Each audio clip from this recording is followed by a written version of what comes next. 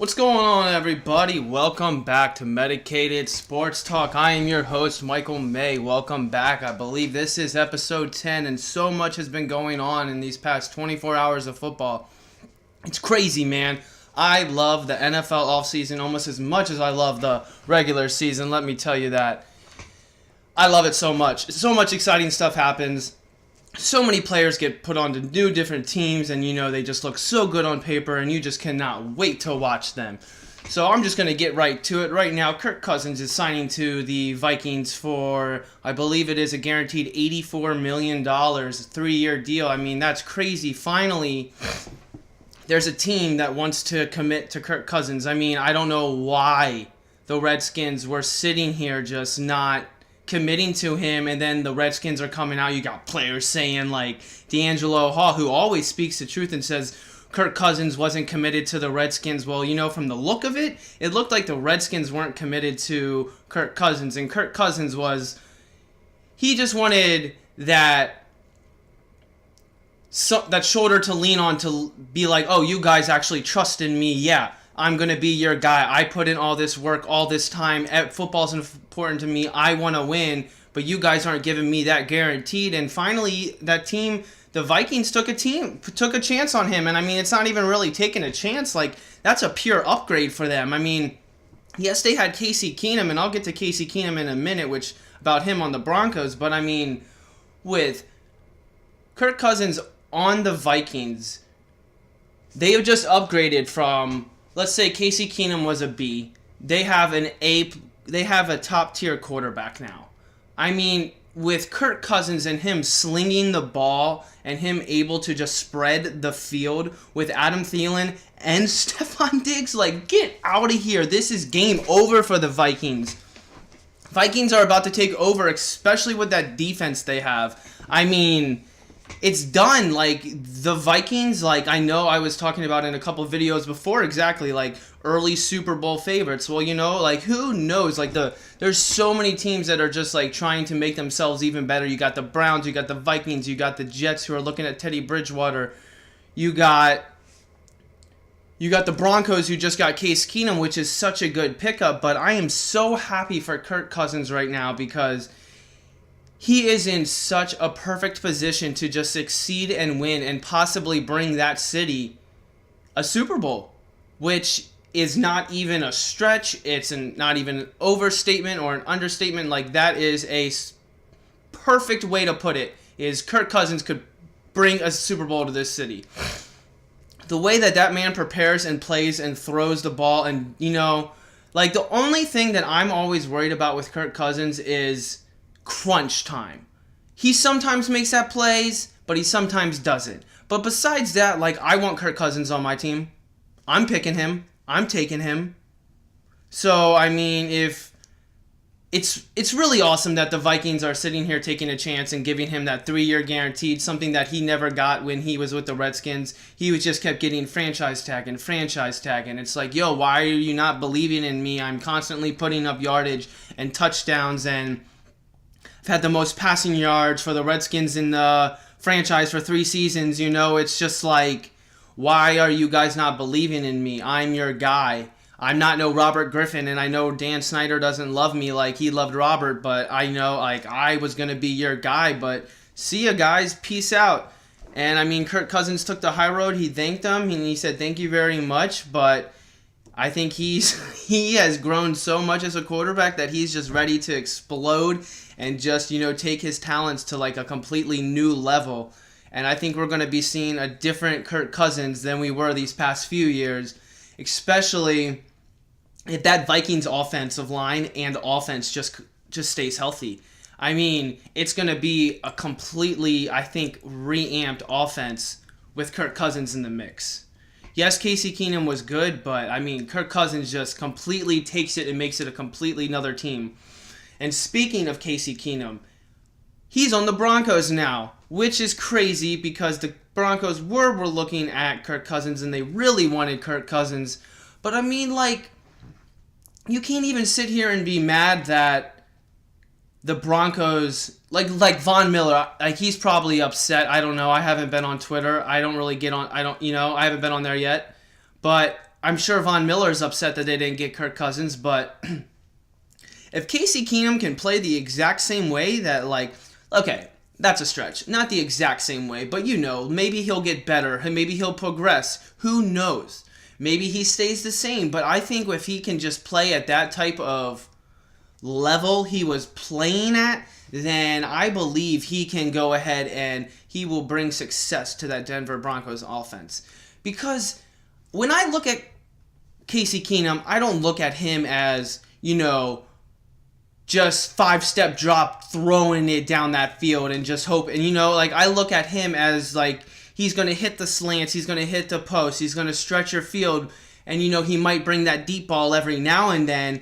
And, I mean, especially with Demaryius Thomas, I believe they have Emmanuel Sanders, too. I just feel like that is such a huge, like, who knows what the Broncos were doing with their 3 quarterbacks that they had. Paxton Lynch, Trevor Siemian, and they had that other quarterback. I can't remember off the top of my head. You thought Paxton Lynch was going to come in and just, like, I looked at him, tall quarterback, accurate. Nope. Just like nothing really produced. Trevor Siemian looked good. He had those few games. That defense looked good against the Dallas Cowboys. They put up 42 points and stuff, and they were rolling. And then they just hit a wall, and just their quarterbacks got hurt, and their quarterbacks weren't, just producing what were projected to produce. So, I mean, Case Keenum is definitely going to go in there, and he's going to give that offense an upgrade. I feel like he can give them a spark. Especially, who knows who they're going to draft who knows who they're going to bring up and bring in the draft, and who might they like go ahead and sign as well.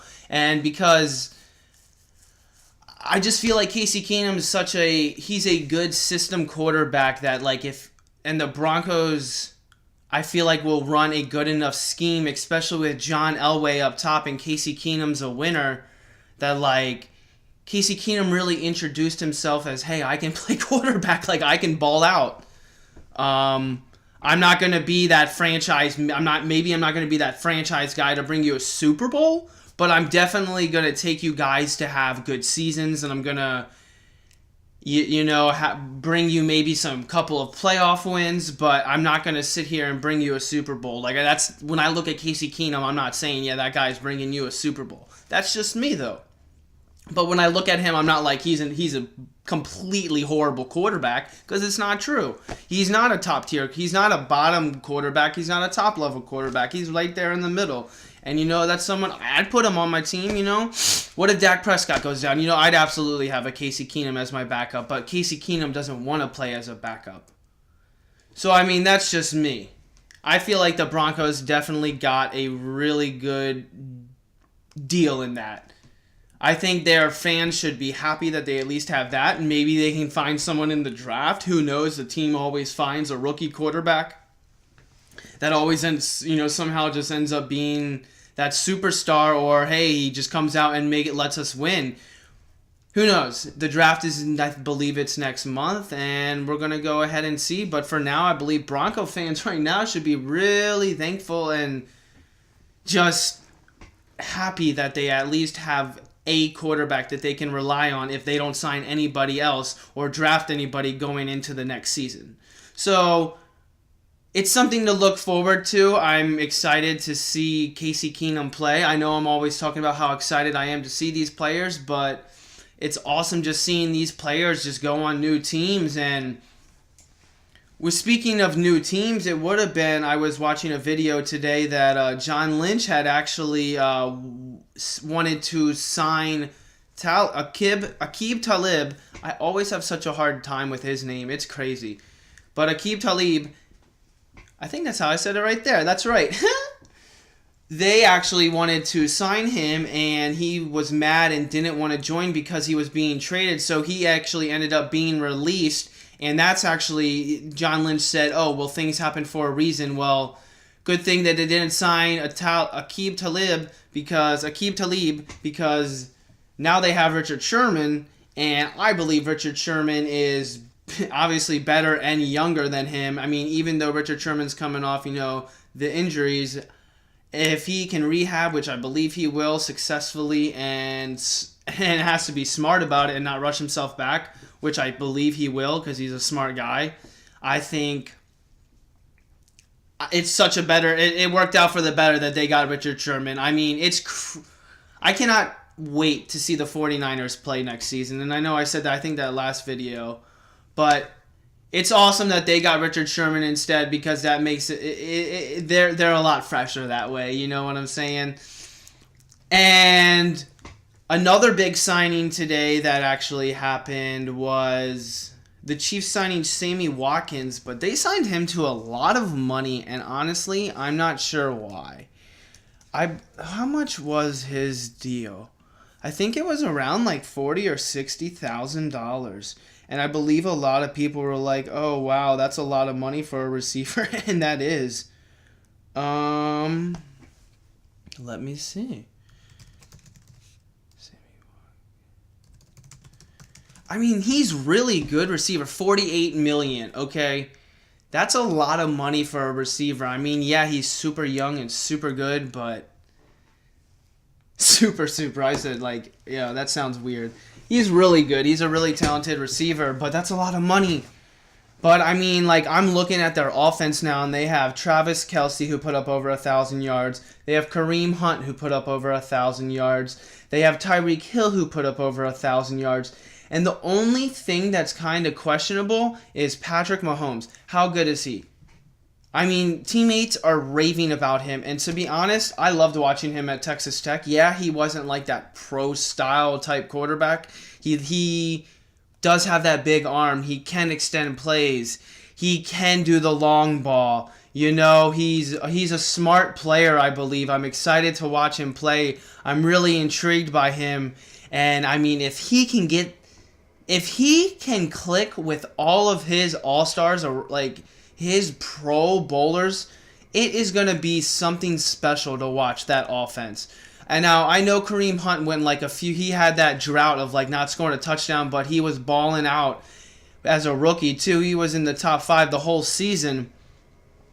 I mean, damn, that offense is going to be something scary to watch. That is going to be awesome, and I feel like all it depends on is Patrick Mahomes. You know, like, he just needs to go in there. He needs to, hopefully, I feel like he's prepared. He's smart. He's ready. He's going to go in there and sling that ball to those deep threats, you know. He can just ditch it off to Kareem Hunt in the flat and just, you know, he can just take it 80 yards and just, that's a home run threat right there every time. I mean, that offense might be something scary.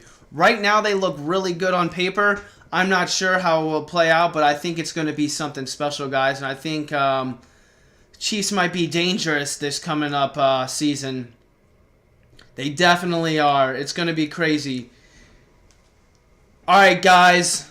Thank you so much for listening. Let me, if you guys have any thoughts or comments or just want to chat, like, let's talk. Leave some comments below. Let's get this going. Thank you so much for listening. I love you all.